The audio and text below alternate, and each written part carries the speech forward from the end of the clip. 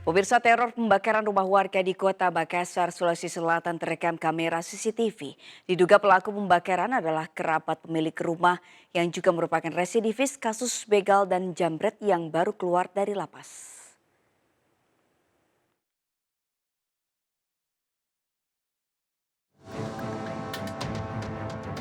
Inilah rekaman CCTV saat aksi pembakaran rumah yang dilakukan pelaku pada Jumat dini hari. Dalam rekaman CCTV tersebut tampak pelaku yang diketahui residivis kasus pembegalan serta jambret bernama Muhammad Saiful Amri. Pelaku yang belum lama keluar dari lapas mendatangi lokasi menggunakan motor. Dalam aksinya, pelaku yang diketahui suami keponakan pemilik rumah menyiram bensin ke salah satu rumah warga. Setelah api berkobar, pelaku kemudian kabur. Sementara warga sekitar yang mengetahui kobaran api melahap bagian depan rumah korban berupaya memadamkan api menggunakan alat seadanya. Belum diketahui pasti motif di balik pembakaran rumah tersebut. Namun kepolisian mengungkap jika sebelum kejadian terduga pelaku sempat terlibat cekcok dengan istrinya yang telah diperiksa di Satreskrim Polrestabes Makassar. Iya, setelah dia bakar, dia mungkin tak kaget sendiri, langsung dia kabur. Ini pelaku pembakarannya keluarga memang atau bagaimana? Ponakan punya suami. Sebenarnya sih tidak ada hubungan keluarga dengan dia. Ada Istrinya saja. Oh, istrinya sempat tinggal di rumah tak? Iya. Itu. Terus dia keluar dari penjara istrinya yang panggil tinggal di sini. Bantuan sendiri, jadi si pelaku ini ada masalah dengan istrinya, mungkin hilap dan sebagainya, berupaya melakukan pembakaran.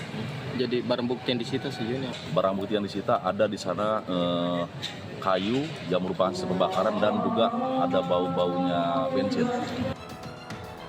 Sementara aparat kepolisian dari Polsek Bontoala, Kota Makassar telah memasang garis polisi di lokasi kejadian dan tengah memburu pelaku yang telah diketahui identitasnya. Dari Makassar, Sulawesi Selatan, Leo Anyus melaporkan. Pasca tewasnya Brigadir RA di Mampang Perapatan, Jakarta Selatan pada Kamis lalu tidak terlihat aktivitas keluar masuk kendaraan serta di dalam area rumah. Sementara istri Brigadir RA membantah jika suaminya ke Jakarta dalam rangka cuti. Inilah rumah tempat tewasnya polisi Brigadir RA di Jalan Mampang Perapatan 4, Jakarta Selatan. Dari pantauan di lokasi tidak terlihat aktivitas pemilik ataupun penjaga rumah. Pintu pagar rumah tempat tewasnya Brigadir RA itu juga terlihat tertutup rapat dan pada bagian dalam masih terpasang garis polisi. Mobil yang dipakai korban pun masih terlihat di lokasi sesuai posisi terakhir ketika bertabrakan dengan sebuah mobil putih di garasi. Menurut Ketua RT setempat, pemilik rumah atas nama Indra baru sekitar 2 tahun menempati rumah tersebut.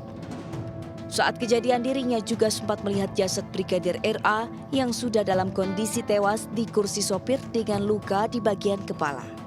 Enggak, saya datang di situ sudah meninggal ya. Nah itu pada saat itu udah BRT ini nggak darah atau ada luka tembakannya nggak? Saya melihat cuma ada di sini. Sementara terkait tewasnya Brigadir RA, Kasih Humas Polresta Manado, Ibda Agus Haryono mengungkapkan Brigadir RA ke Jakarta dalam rangka cuti mengunjungi keluarga, bukan sebagai tugas pengawalan. Beliau ke sana adalah mengunjungi kerabatnya. Seperti itu. Berarti tidak ada kerja dia di sana, Pak? Tidak melakukan pengawalan atau Untuk saat ini belum. Pamitnya ke kita seperti itu. Pernyataan Kasih Humas Polresta Manado ini bertolak belakang dengan pernyataan istrinya Brigadir RA Novita Hussein yang mengaku sang suami telah di Jakarta sejak 2022 lalu. Bahkan sebelum meninggal, istri Brigadir RA sempat telepon dengan suaminya dan mengungkapkan sudah tidak nyaman berada di Jakarta dan ingin kembali ke Manado.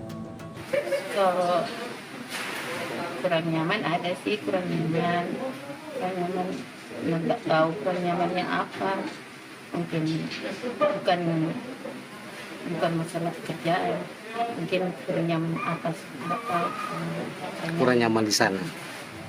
Sementara jenazah Brigadir RA telah diterbangkan ke Manado, Sulawesi Selatan melalui Bandara Soekarno-Hatta pada Sabtu malam. Keluarga menolak jenazah diotopsi dan memilih hanya pemeriksaan visum luar. Tim Liputan Anyus melaporkan. Jenazah Brigadir RA diterbangkan ke Manado, Sulawesi Selatan melalui Bandara Soekarno-Hatta pada Sabtu malam. Keluarga menolak jenazah diotopsi dan memilih hanya pemeriksaan visum luar.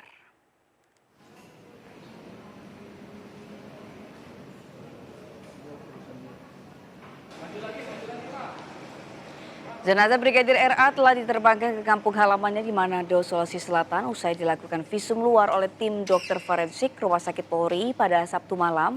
Jenazah dibawa ke Bandara Soekarno-Hatta pada pukul 7 malam dengan didampingi pihak keluarga yang sebelumnya telah hadir di Jakarta.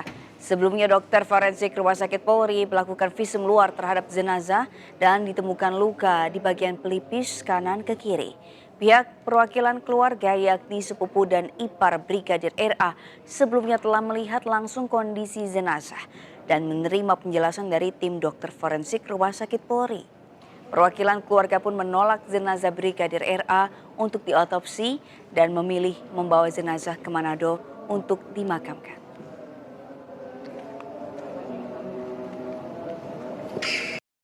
Pasca ditemukan meninggal dunia akibat diduga bunuh diri, istri Brigadir RA di Manado mengaku tidak percaya jika suaminya melakukan perbuatan nekat tersebut. Dirinya berharap pengusutan pihak kepolisian dapat memberikan hasil yang terbaik. Suasana duka menyelimuti rumah Brigadir RA di perumahan Kalasi, Desa Kalasi, Jaga 6, Kabupaten Minahasa. Keluarga dan tetangga mulai mempersiapkan kedatangan jenazah Brigadir RA dengan membangun tenda dan menyiapkan kursi. Istri Brigadir RA, NH, menceritakan awal menerima informasi suaminya meninggal setelah ditelepon dari istri yang disebutnya bos di Jakarta. N mengaku dirinya masih tidak percaya suaminya sudah meninggal. Terlebih lagi meninggal dengan cara seperti yang diinfokan. Istri Brigadir RA hanya bisa pasrah dan menyerahkan ke pihak kepolisian untuk memberikan yang terbaik. Oh enggak, yang bilang itu ibu yang dari sana, yang dari Jakarta bilang bahwa laki enggak ada, so meninggal. Nah, maksudnya ibu mengetahui Jam bahwa Jam- meninggal karena bunuh diri itu Iya. dibilang kepolisian atau Enggak, dibilang ibu yang di sana. yang bosnya Iya. bapak? Hingga kini, pihak keluarga belum menetapkan rencana pemakaman. Brigadir RA meninggalkan seorang istri dan 3 orang anak, 2 diantaranya masih balita. Dari Manado, Sulawesi Utara, Jeffrey Anyus melaporkan. Pimpinan salah satu perguruan tinggi di Gorontalo dilaporkan ke polisi atas dugaan pelecehan terhadap dosen dan tenaga kependidikan di lingkungan kampus. Sebanyak 11 korban telah membuat laporan ke Polda Gorontalo. AH yang menjabat sebagai pimpinan salah satu universitas swasta di Gorontalo kini resmi dilaporkan ke Polda Gorontalo atas dugaan pelecehan seksual terhadap dosen dan tenaga kependidikan di lingkungan kampus. Kuasa hukum korban mengungkapkan korban yang melapor awalnya berjumlah 1 orang, kemudian bertambah hingga mencapai 11 orang pelapor. Sebelumnya korban disebut mencapai 15 orang. Akan tetapi, hanya 11 orang di antara yang melapor secara resmi ke Polda Gorontalo. Sedangkan 4 lainnya masih memilih untuk diam. Saat ditemui, kuasa hukum membantah telah terjadi mediasi damai antara pelaku dan korban. Untuk isu yang di luar ya, adanya perdamaian itu sampai dengan sekarang tidak ada itikat baik dari pelaku untuk minta maaf. Yang beredar kan mereka sudah datang ke keluarga korban ya, tapi sampai saat ini tidak ada.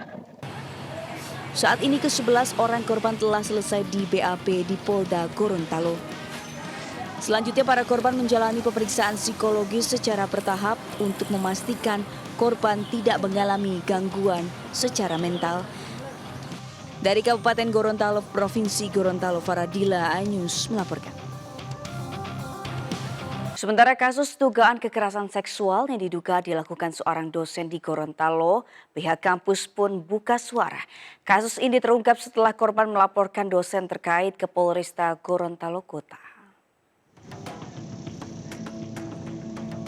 Setelah ramai menjadi perbincangan, akhirnya pihak Fakultas Hukum Universitas Negeri Gorontalo buka suara soal kasus salah satu dosen yang diduga melakukan tindak pelecehan seksual pada korban SM yang juga merupakan alumni Fakultas Hukum. Pihak kampus mengklarifikasi bahwa kejadian tersebut tidak terjadi di dalam kampus. Selain ditegaskan bahwa kasus ini merupakan masalah pribadi terduga pelaku dengan korban. Pihak kampus tidak mau berkomentar lebih lanjut karena kasus sedang dalam proses hukum di Kepolisian Polresta Gorontalo Kota. Sedangkan untuk tindak lanjut terhadap dosen terkait, pihak kampus belum bisa memastikannya karena dosen tersebut masih berada di luar daerah mengikuti latsar. Perkara ini ini sementara pendalaman, kami pun itu pasti akan memanggil meminta klarifikasi kepada yang bersangkutan, nanti yang bersangkutan selesai melaksanakan latsar. Kita pasti akan menindaklanjuti itu sebagai bentuk tanggung jawab dari pihak lembaga dan kenetralan lembaga. Jika secara hukum terbukti bersalah, maka pelaku akan diproses secara kelembagaan oleh kampus. Dari Kota Gorontalo, Provinsi Gorontalo, Faradila Anyus melaporkan. Akibat cuaca ekstrim, tebing setinggi 20 meter longsor. Akibat kejadian tersebut, satu kendaraan minibus terseret longsoran tanah dan terjatuh ke dalam jurang sedalam belasan meter. Sementara di Bandung, Jawa Barat, seorang petani tertimbun longsor di Kampung Cimanggu, Desa Campamegar, Padalarang, Kabupaten Bandung Barat.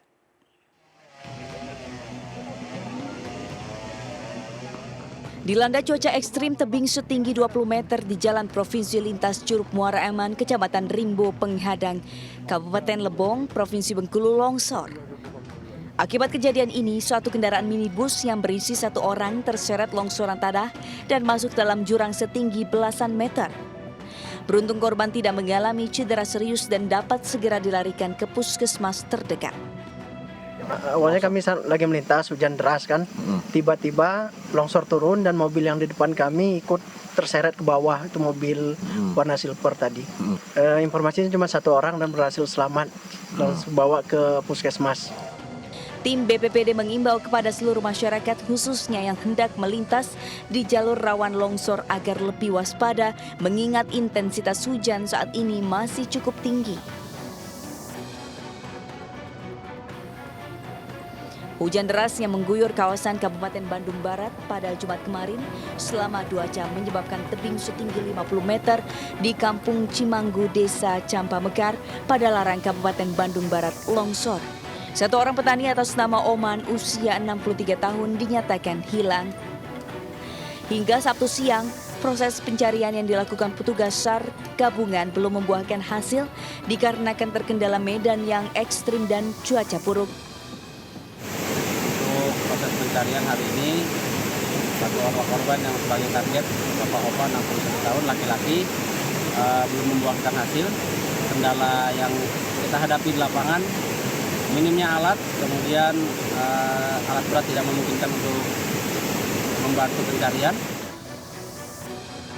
Hari kedua proses pencarian korban longsor dihentikan petugas SAR gabungan dikarenakan hujan di lokasi kejadian. Pencarian akan dilanjutkan Minggu hari ini. Tim Liputan Anyus melaporkan. Keributan berujung penganiayaan antara debt collector dengan oknum polisi di Palembang memasuki babak baru.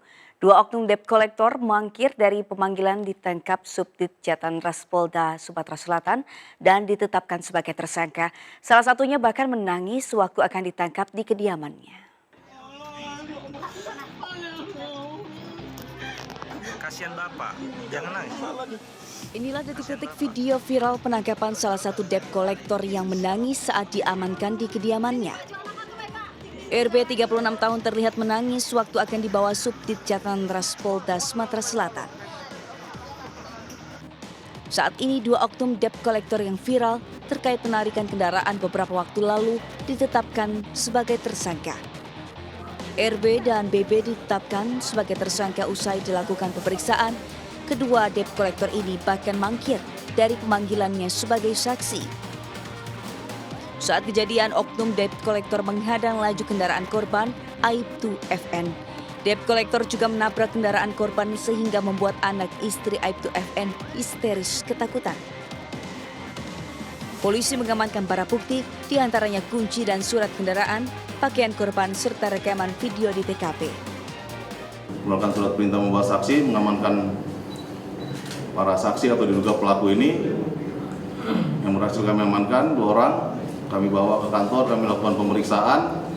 Selanjutnya, setelah hasil pemeriksaan kami lakukan gelar perkara, sudah cukup bukti-bukti yang dirasa oleh penyidik, kami tingkatkan status menjadi tersangka.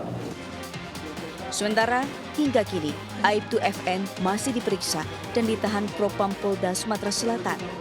Aibtu FN melakukan penganiayaan terhadap debt collector hingga terluka. Sedangkan 2 debt collector yang diamankan terancam 9 tahun penjara. Dari Palembang, Sumatera Selatan, Firdaus Ainus melaporkan. Pemerintah daerah khusus Jakarta melakukan pemadaman lampu selama 60 menit pada hari Sabtu 27 April 2024.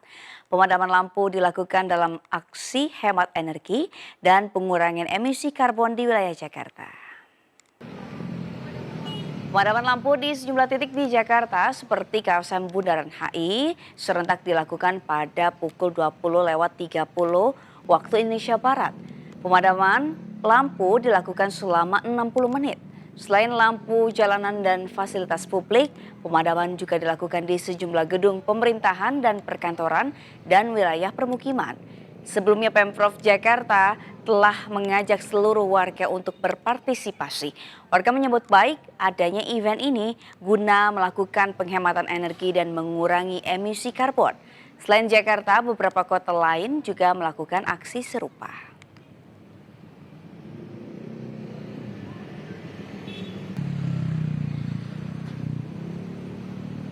Pemirsa, pantai selatan Jawa terkenal dengan ombak besar dengan pemandangan alam yang eksotik. Nah, weekend kali ini kami akan mengajak Anda ke Pantai Dampar di Lumajang, Jawa Timur. Selain memiliki pemandangan alam yang indah, Pantai Dampar juga menjadi surga bagi peselancar karena memiliki ombak yang ideal serta garis pantai yang panjang.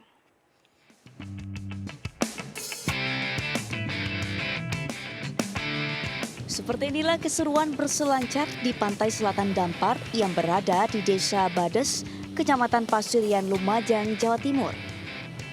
Selain memiliki pemandangan alam yang indah dengan tebing karang yang eksotis, Pantai Dampar juga menjadi surga bagi peselancar karena memiliki ombak yang ideal, yakni mencapai 2 hingga 3 meter. Tidak hanya itu, garis pantai yang panjang juga akan memanjakan peselancar untuk memacu adrenalin menaklukkan ombak pantai selatan Jawa ini. Meski tak jarang harus berjibaku dan tergulung ombak, namun para pengunjung khususnya penghobi selancar merasa puas dengan ombak di Pantai Dampar ini. Para peselancar ini seakan menari-nari di atas ombak. Namun perlu diketahui ombak Pantai Selatan Dampar ini direkomendasikan hanya untuk peselancar profesional. Sering banget. Di mana ombaknya? Kalau di sini ombaknya wis the best mas. Di Lumajang terbaik, Dampar sama pesisir Ciuk. Tantangan arus ya. Mungkin karena ada air di situ, sungai. Jadi alirannya agak kenceng. Dari sini ke sana. Nariknya kebanyakan. Kalau ombaknya bagus ya? Ombaknya bagus sekali. Pantai Dampar terletak di sisi selatan Kabupaten Lumajang atau sekitar 30 km dari pusat kota. Berkunjung ke Pantai Dampar, pengunjung cukup membayar parkir Rp10.000 saja. Bagaimana? Anda tertarik mencoba berselancar dan menaklukkan ombak Pantai Selatan Jawa? Dari Lumajang, Jawa Timur, Yaya Nugroho, iNews melaporkan.